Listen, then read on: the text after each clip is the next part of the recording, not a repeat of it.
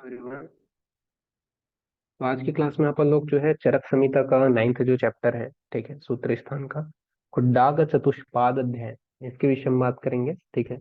और इस चैप्टर के अंतर्गत कौन सी चीजें विशेष रूप से आपके इंपॉर्टेंट्स हैं, ठीक है, उसको अपन देखेंगे।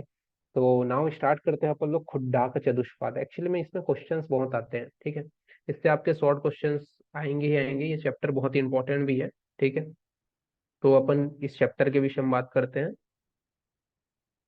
खुड्डाग जो चतुष्पाद जो अध्याय है, इसके विषय में स्टार्ट करते हैं। तो चतुष्पाद का मीनिंग क्या समझते हो? तो चार चीजें यहाँ पे आपके मिली हुई है, ठीक है।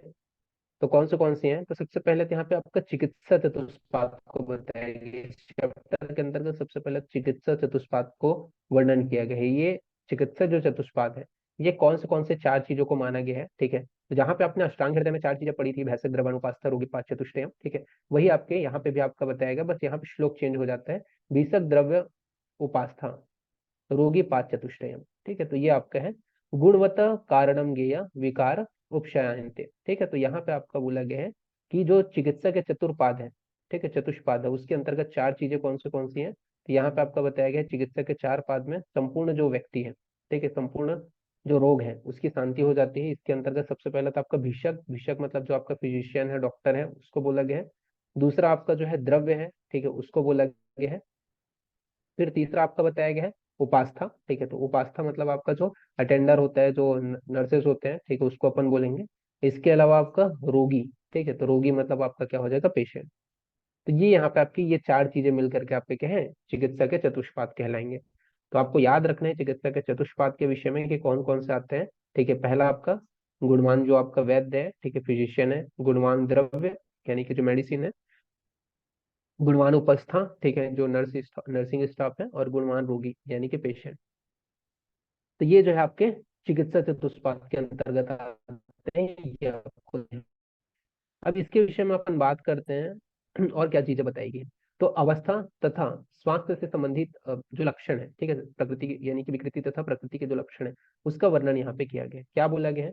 तो विकारे धातु वैषम्य साम्य प्रकृति रुचेत सुख संज्ञा आरोग्यम विकारो दुख में। अर्थात यहाँ पे बोला गया है कि धातुओं की विषमता को रोग कहा जाता है। तो जो धातुएं हैं, अगर ये क्या है, विषम हो जाती हैं, तो इस अवस्था को क्या बोलते हैं? रोग कहते हैं। तो धातुओं की विषमता को क्या कहा जाता है? रोग कहा जाता है। और धातुएं जब सम्य अवस्था में आता है, ठीक है, तो उसे अपन क्या बोलेंगे? प्रकृति कहेंगे। तो ये चीज को याद रखना कि धातुओं की विषमता को क्या कहा जाता है? रोग कहा जाता है। और धातुओं की जो साम्य अवस्था होती है, उसे अपन क्या कहते हैं? प्रकृति स्वस्थ अवस्था कहते हैं। साथ ही साथ यहाँ पे आपका बोला गया है आरोग्य अवस्था का नाम क्या है? आपका सुख है। तो आरोग्य अवस्था को अपन सुख कहते हैं, और विकार अवस्था का जो नाम है वो दुख है। तो विकार अवस्था को दुख कहा जाता है। तो जो आपका विकृति और प्रकृति के विषय में वही बताया गया है कि जो धातु है, सिंपल सी बात है, अगर विषम अवस्था में रहेंगी तो उसे अपन उससे क्या होगा? ठीक है, तो उससे क्या है? रोगों की उत्पत्ति होगी, विकारों की उत्पत्ति होगी। और जब साम्य अवस्था में रहेगा जो धातुएं हैं, उससे क्या है? आरोग्य की प्राप्ति होगी, ठीक है। तो ये यहाँ पे आपका बताया गया है। तथा विकारों का नाम दुख यहाँ पे बताया गया। और जो आरोग्य अवस्था है जिसमें डिसीज नहीं होता, उसे अपन क्या बोलेंगे? सुख कहेंगे। तो ये यहाँ पे बताया गया। फिर एक एक के अपन देख लेते हैं। जैसे ये चारों के जो गुण है उसको अपन देख लेते हैं। जैसे वैद्य के क्या गुण बताए हैं, ठीक है। तो वैद्य के क्या गुण बताए हैं आचार्य चरक ने, उसको अपन देख लेते हैं। तो यहाँ पे जो गुण है ना, वो थोड़ा चेंज हो जाता है। जैसे आपका अष्टांग हृदय हो उसके अनुसार, ठीक है, उसमें थोड़ा सा अलग था। और यहाँ पे इसके जो गुण है वो चेंज हो जाएंगे। जैसे कि यहाँ पे आपका बोला गया है श्रुत पर्यादत्व बहुशो दृष्ट कर्मा दक्ष शौचम मिति गेया वैद्य गुण चतुष्टयम, ठीक है। यानी कि पहला आपका क्या बोला गया है? श्रुत यानी कि जो शास्त्र है, जिसको अच्छे से पढ़ा हो, ठीक है, जिसको अच्छे से क्या है? ज्ञान हो, ठीक है। तो यहाँ पे आपका श्रुत पर्यावदात्व, ठीक है, ये यहाँ पे आपका बोला गया है, यानी कि जो शास्त्र को अच्छे से पढ़ा हो। फिर बोला गया है बहुशो दृष्ट कर्मा, ठीक है, यानी कि जिसने अनेक बार रोगी तथा औषधियों का निर्माण किया हो, ठीक है, उसका प्रयोग के बारे में ज्ञान हो। यानी कि जिसने अनेक बार जो ट्रीटमेंट प्रोसीजर है उसके बारे में उसको ज्ञान हो, उसका प्रैक्टिस उसका अच्छा हो, ठीक है। तो अनेक बार रोगी औषधि निर्माण तथा प्रयोग का ज्ञान हो। साथ ही साथ दक्ष। तो दक्ष तो आपको अष्टांग हृदय में भी देखने को मिल रहा था। तो दक्ष मतलब जो अ, अपने कार्य को करने में कुशल हो, ठीक है। तो अपने कार्य को करने में प्रॉपर जो है कुशल हो, उसे अपन दक्ष कहेंगे। फिर शौच, शौच मतलब क्या है? पवित्र रहना चाहिए। तो ये आपके वैद्य के, एक डॉक्टर के गुण बताए गए हैं आचार्य चरक के अनुसार, कि शास्त्रों का अच्छी प्रकार से ज्ञान रखने वाला हो, ठीक है, अनेक बार रोगी औषधि का निर्माण किया हो, ठीक है, तथा उसका प्रयोग का ज्ञान रखता हो, दक्ष हो, अर्थात ये बोल सकते हैं कि समय के अनुसार युक्ति लगा करके जो है उपचार कर सके, ठीक है, इसके अलावा पवित्र हो। तो ये जो चार जो है वैद्य के उत्तम गुण बताए गए, तो ये आपको याद रखना है, ये वैद्य के उत्तम गुण के अंतर्गत चार चीजें बताई गई। ओके। फिर बात करते हैं उत्तम औषधि के गुण के विषय में। तो उत्तम औषधि के क्या गुण बताए गए हैं, तो इसका श्लोक आपका बताया गया उत्तम औषधि के गुण के विषय में। बोला गया है बहुता तत्र योगत्वम अनेक विधम कल्पम संपचेति चतुष्को अयम द्रव्य गुणम पूछेत। अर्थात यहाँ पे बोला गया बहुता, बहुता मतलब औषधि जो है उसके क्या क्या गुण बताए हैं आचार्य चरक ने, कि बहुता यानी कि औषधियों का अधिक रूप में प्राप्त हो सके, ठीक है, यानी कि बहुत मात्रा में जो औषधि अपने को बना सके, इस प्रकार का होना चाहिए जो है औषधि जो है, ठीक है। औषधि की बहुत मात्रा में आपको अ, मात्रा अगर चाहिए, ठीक है, तो अवेलेबल हो, तो उसको क्या बोलेंगे, ये जो है क्वालिटी है आपके उत्तम औषधि की, उत्तम ड्रग की, ठीक है, कि बहुत मात्रा में अवेलेबल हो, ठीक है, तो बहुता हो गया। योग्यत्वम, योग्यत्वम यानी कि व्याधि को नाश करने का सामर्थ्य हो, जो भी डिसीज है उसको नष्ट करने का सामर्थ्य हो। फिर बोला गया अनेक विध कल्पना, तो अनेक विध कल्पना कहने का मतलब ये है कि एक ही औषधि से अनेक प्रकार की जो कल्पना है वो बना सके। जैसे कि पेशेंट क्या है, अब जैसे छोटा बच्चा है, तो वो क्या है, टेबलेट नहीं खा पाएगा, तो उसको अपन क्या कर सकते हैं, सिरप फॉर्म में भी कन्वर्ट कर सकते हैं, तो वो क्या है, कल्पना कहलाएगा। जैसे स्वरस हो गया, वट्टी हो गया, चूर्ण हो गया, कल्क हो गया, शीत कल्पना हो, मतलब उसको डिफरेंट फॉर्म में चेंज कर सके, तो वो अनेक विध कल्पनाओं में भी उसे अपन यूज कर सके, उस प्रकार का गुण होना चाहिए, ठीक है। फिर उसके अंदर संपद बताया गया, तो संपद मतलब यहाँ पे आपका बोला गया है कि जो रस गुण वीर विपाक जो है, ठीक है, जो उसकी क्वालिटीज होते हैं, जिसके विषय में अपन आगे चल करके और अच्छे से पढ़ेंगे, तो ये जो चार गुण है, ठीक है, उनसे आपका युक्त हो, तो उसे अपन उत्तम औषधि कहेंगे। तो उत्तम औषधि के चार गुण कौन से हैं, बहुता होना चाहिए यानी कि बहुत ज्यादा अमाउंट में अवेलेबल हो, योग्यतम यानी कि व्याधि को नष्ट करने में उसकी कैपेबिलिटी हो, अनेक विध कल्पना यानी कि बहुत सारे उसके डिफरेंट फॉर्म अपन बना सके, ठीक है, और संपन्नत, संपन्नत मतलब उसका जो रस गुण वीर विपाक है, ठीक है, उनसे युक्त होता है कि वो मेडिसिन अपन किसी पेशेंट को देते हैं तो प्रॉपर उसके शरीर में इफेक्ट दिखाए। तो ये यहाँ पे आपके क्वालिटीज बताए गए हैं। फिर इसके बाद में बात करते हैं उपचारक के गुण के विषय में। तो उपचारक के क्या गुण बताए गए हैं, ठीक है, तो जो आपके अटेंडर हैं या नर्सिंग स्टाफ है उसके क्या गुण बताए गए हैं, उसके विषय में बात करते हैं चरक के अनुसार। तो यहाँ पे बोला गया उपचारक दक्ष अनुरागस्य भर्ती शौचम चेती चतुष्को अयम गुणम परिचेत जाने, ठीक है, यानी कि जो है उपचारक जो है, उपचारक तो मतलब सेवा कार्य का पूर्ण ज्ञान हो, ठीक है, उसको जो है क्या काम कर रहे हैं उसको उसके ज्ञान, जो भी काम है, ठीक है, डॉक्टर के सहायता के लिए जो भी काम है उसके बारे में उसको पूरा ज्ञान हो, ठीक है, तो ये पहला आपका बताया गया, पहला गुण। दूसरा आपका बताया गया है दक्ष, तो दक्ष होना चाहिए यानी कि अपने कार्य को करने में कुशल होना चाहिए। अनुरागस्य, अनुरागस्य कहने का मतलब ये है कि रोगी के प्रति प्रेम भाव रखने वाला हो, ऐसा नहीं हो कि भाई हाँ रोगी है तो, ऐसा वाला नहीं होना चाहिए, प्रेम भाव रखने वाला होना चाहिए, ठीक है। और शौच बताएगा, शौच मतलब पवित्र होना चाहिए।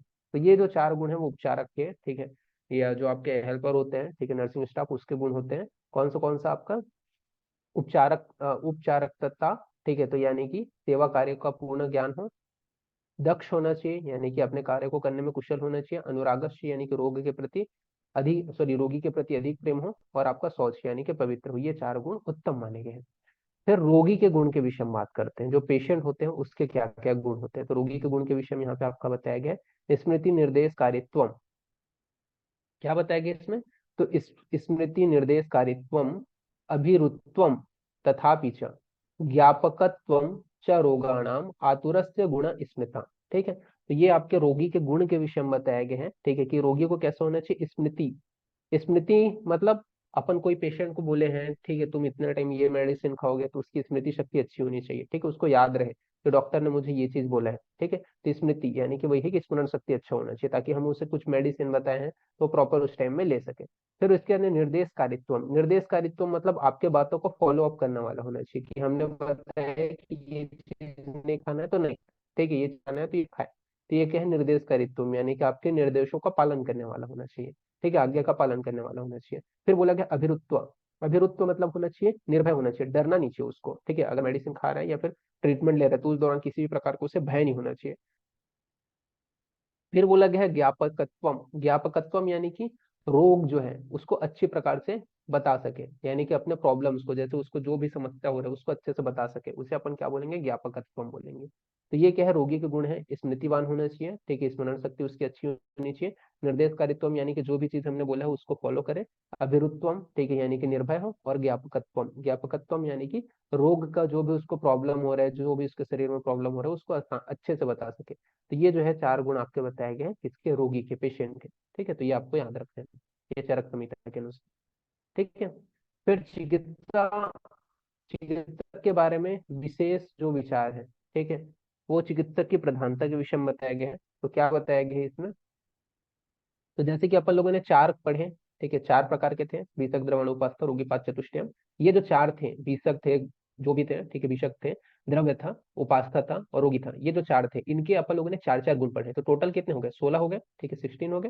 तो वही बोला गया है कि 16 गुणों से युक्त ये जो चिकित्सक होते हैं वो चार पादों की चिकित्सा से सिद्ध करने, सिद्धि में कारण होते हैं। ठीक है, इन चारों में औषधियों को जानने वाला, परिचारक पर शासन करने वाला, और रोगी के रोग अनुसार औषधियों का योग्य, जो योग है, ठीक है, उनका केवल वैद्य ही होता है, अतः वैद्य को ही प्रधान माना गया। मतलब इसको आप ऐसे समझो कि ये चारों 16 गुण जो है, ठीक है, ये चारों पाद के अंतर्गत आपको देखने को मिलते हैं। ठीक है, अब इनसे सिद्ध होने के बावजूद भी क्या है, आपका जो डॉक्टर है वो क्यों प्रधान है, ये यहाँ पे बताया गया है। क्यों प्रधान है ये सभी में, क्योंकि जो डॉक्टर औषधियों के बारे में, मेडिसिन के बारे में जानने वाला रहेगा, जो अपने जो स्टाफ है, ठीक है, जो भी उसके नर्सिंग स्टाफ है, उनके ऊपर शासन करके उनको काम कराने वाला होगा कि हाँ ये काम करो ऐसा करके, ठीक है, जो रोगों के बारे में भी अच्छे से जानने वाला होगा और कौन से रोग में कौन सा मेडिसिन देने के लिए वो अच्छे से जानता हूँ, वही वैद्य जो होता है वो प्रधान माना गया। ठीक है, तो ये सभी चीजों में क्या है, वही क्या है, ट्रीटमेंट अच्छे से कर पाएगा, ठीक है, तो वही वैद्य को यहाँ पे प्रधान माना गया है। तो वैद्य को इस वजह से प्रधान बताया गया है। फिर बोला गया है चिकित्सक प्रधानता का कारण,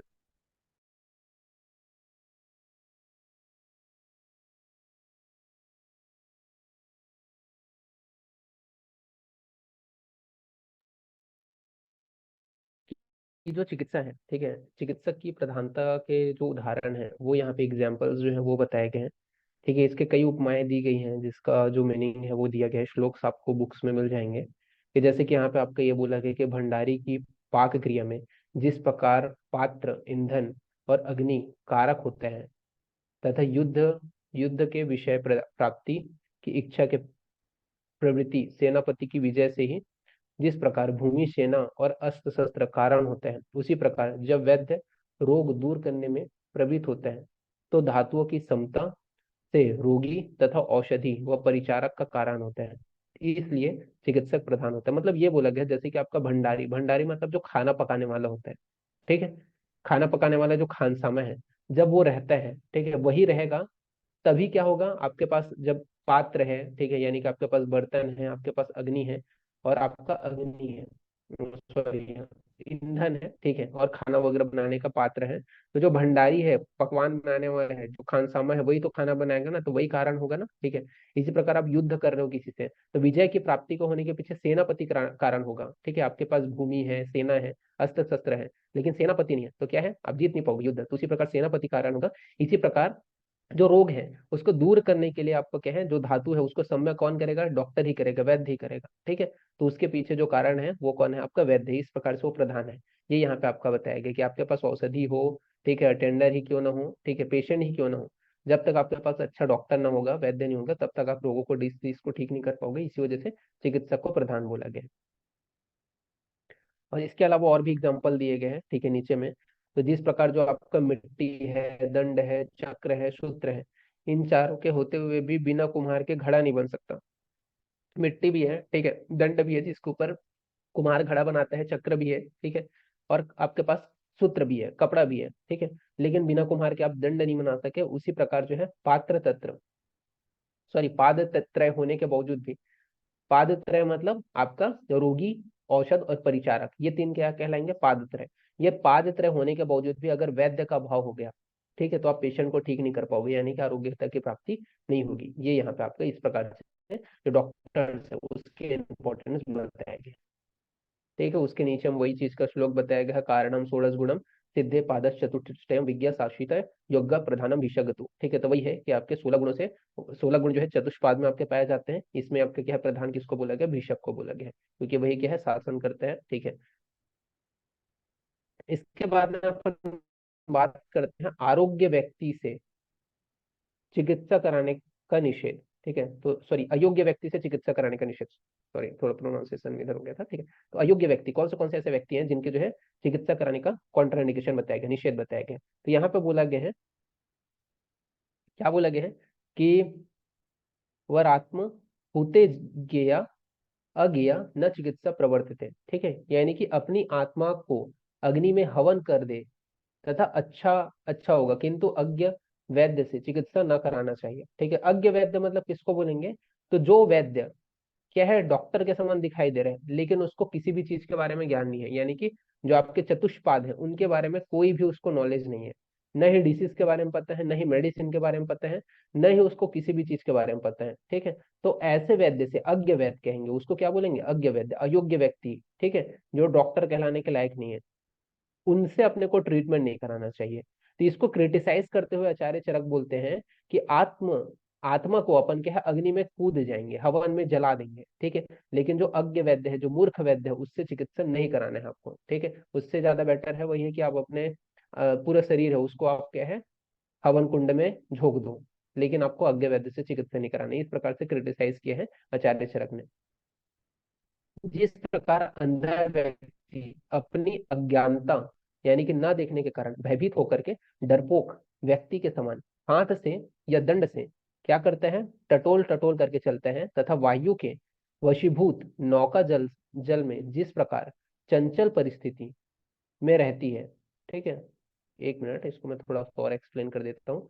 चंचल परिस्थिति में रहती है, वही स्थिति मूर्ख वैद्य की चिकित्सा कर्म में होती है। ठीक है, तो यहाँ पे आपका बताया गया है क्यों नहीं कराना चाहिए, क्योंकि क्या होता है, जिस प्रकार से जो अंधा व्यक्ति होता है वो अज्ञानता के कारण भयभीत होकर के डरपोक होकर के हाथ से डंडे को इधर उधर से टटोल टटोल के चलते हैं, या वायु वशीभूत जो आपका नौका है, ठीक है, जो आपका वायु के कारण ही चल रहे हैं, जो आपका नौका, ठीक है, नाव, वो क्या है, जल जब जिधर जाएगा उधर वो जाएगा, उसी प्रकार जो है मूर्ख वैद्य चिकित्सा करता है, उसका ट्रीटमेंट रहता है। ठीक है, ये प्रॉपर नहीं रहेगा, वो बस ऐसा थोड़ा बहुत समझेगा, सिम्टम को देखेगा और ट्रीटमेंट देगा, तो इसी वजह से उससे चिकित्सा नहीं कराने हैं। और भी नियत आयु वाले तथा शरण में आए हुए रोगियों को भाग्यवश से अच्छा कर देने पर वह जो है अभिमानी हो जाते हैं। मतलब ऐसा है कि कई बार सिम्टोमेटिक ट्रीटमेंट देने के बावजूद भी, ठीक है, जो नियत आयु है यानी कि जिसका आयु अभी शेष है, जवान है, ठीक है, और उसने ऐसा ट्रीटमेंट दिया कि वो ठीक भी हो गया, तो क्या हो जाता है, और मैंने ठीक कर दिया करके अभिमानी हो जाते हैं।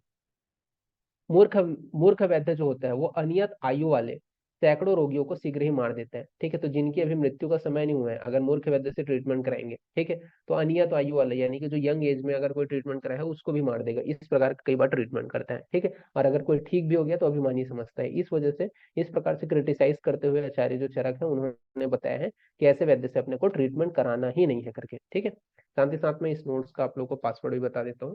तो इस नोट्स का आपका पासवर्ड रहेगा, क्योंकि खुद डाक चतुष्पाद पढ़ रहे हैं अपन लोग, तो KH, ठीक है, 9J, ये इसका पासवर्ड रहेगा, तो ये आपको याद रखना है, KH 9J। इसके बाद में अपन बात करते हैं प्राणाभिसार वैद्य के लक्षण के विषय में। तो प्राणाभिसार वैद्य के क्या लक्षण है ये अपन देखते हैं।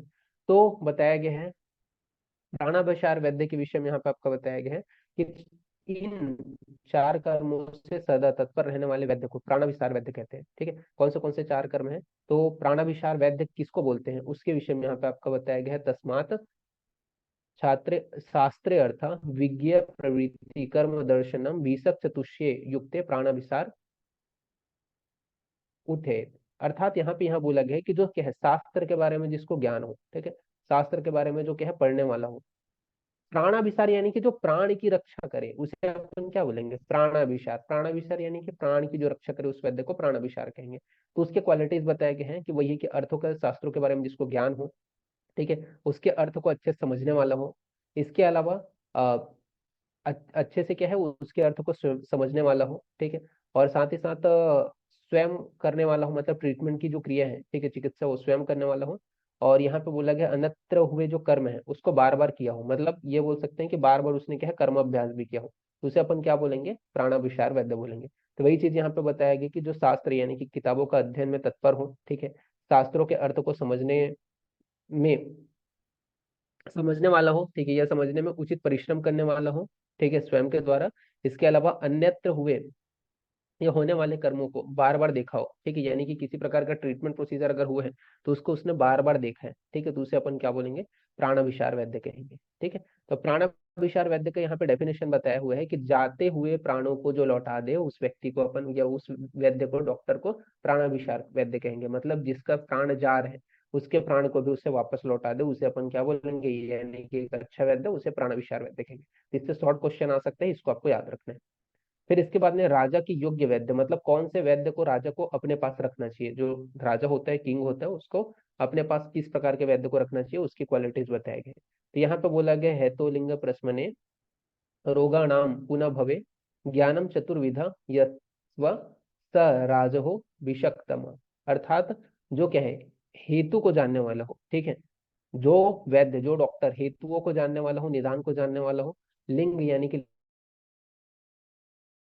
लक्षण है उसके लक्षण को, सिम्टम्स को जानने वाला हो, प्रशमन यानी कि जो रोग को शांत करने का उपाय को जानने वाला हो, ठीक है, तथा रोग के पुनः उत्पन्न न होना, ठीक है, पुनर्भाव यानी कि पुनः न उत्पन्न हो, इसका प्रयत्न करने वाला हो। ये चार प्रकार के गुणों से जो चतुर्विद ज्ञान से जो संपन्न हो, उस वैद्य को राजा को अपने पास रखना चाहिए, उस विषय को अपने पास रखना चाहिए राजा को। तो जो हेतुओं को जानने वाला हो, कॉजेस को जानने वाला हो, जो लिंग यानी कि जो डिसीज है उसके लक्षणों को जानने वाला हो, उसको ट्रीट कैसे किया जा सकता है उस डिसीज को, उसको जानने वाला हो, ठीक है, तथा रोग जो है वो एक बार ठीक होने के बाद में वापस उसकी रिकरेंसी ना हो, पुनः उत्पन्न हो, उसको जानने वाला हो। इस प्रकार का जो वैद्य होता है उसको राजा को अपने पास रखना चाहिए। तो इन चार विषयों का ज्ञान रखने वाले कुशल वैद्य जो होता है वो राजा का चिकित्सक होने योग्य होता है, ये यहाँ पे आपका बताया गया। ठीक है, तो उसको अपने को राजा के पास रखना है, ऐसे चिकित्सक को। फिर बताया गया शास्त्र आदि के संबंध में पात्र पात्र की महत्वता बताया गया। ठीक है, तो शास्त्र आदि के संबंध में पात्र की महत्वता बताते हुए यहाँ पे बोला गया है कि शस्त्र, शास्त्र और जल, इनमें पात्र के अनुसार गुण और दोष की उत्पत्ति होती है। तो जो शस्त्र है, ठीक है, शास्त्र है और जल, इनमें क्या है, जो जिस पात्र में रखेंगे उसके अनुसार इसमें क्या है, गुण या दोष उत्पन्न हो जाएगा।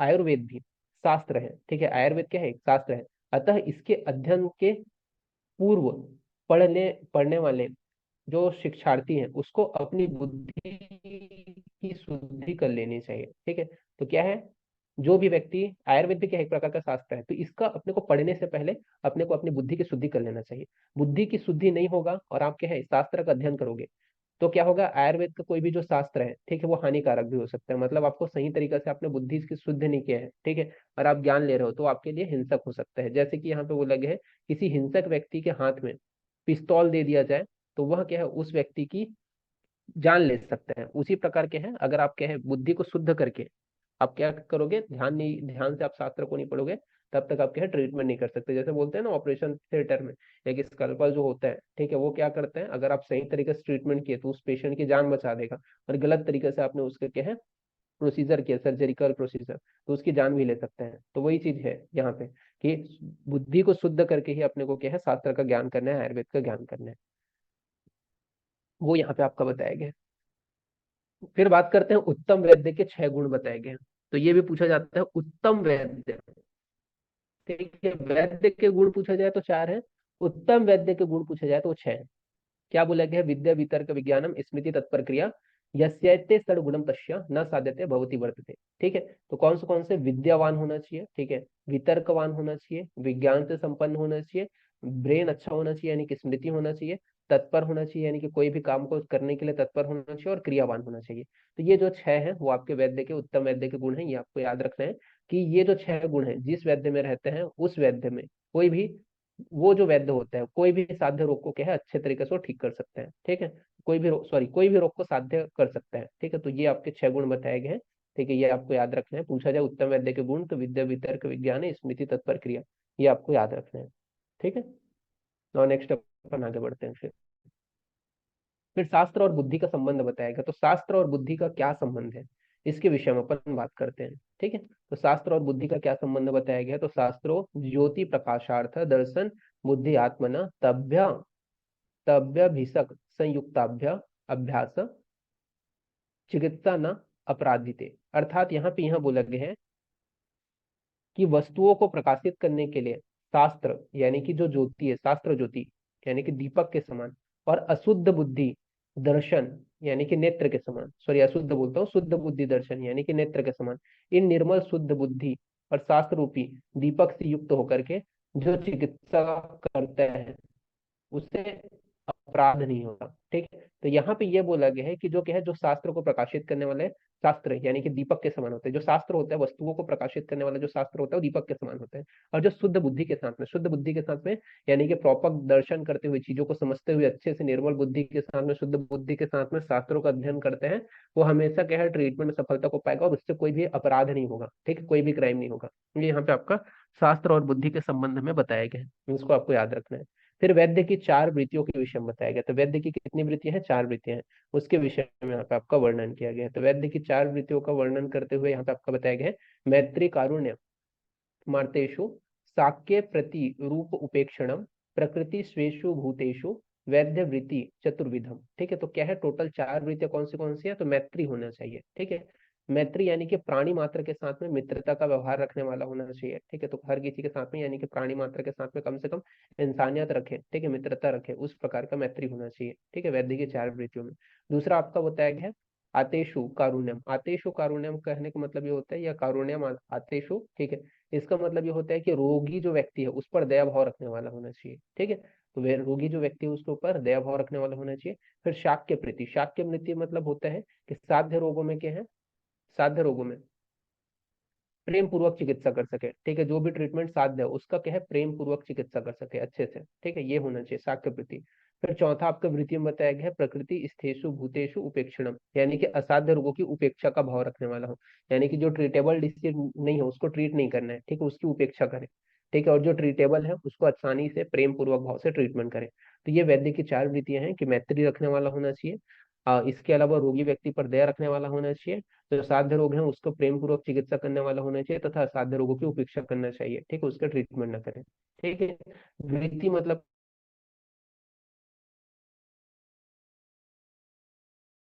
इसको आपको याद रखना है, खुड्डाक चतुष्पाद के अंतर्गत जो जो इंपॉर्टेंट पॉइंट है, ठीक है, उसको मैंने जल्दी जल्दी से डील कर दिया। ठीक है, इसके आगे अपन जो है नेक्स्ट जो चैप्टर है वो अपन नेक्स्ट क्लास में देखेंगे। तो अभी के लिए इतना ही।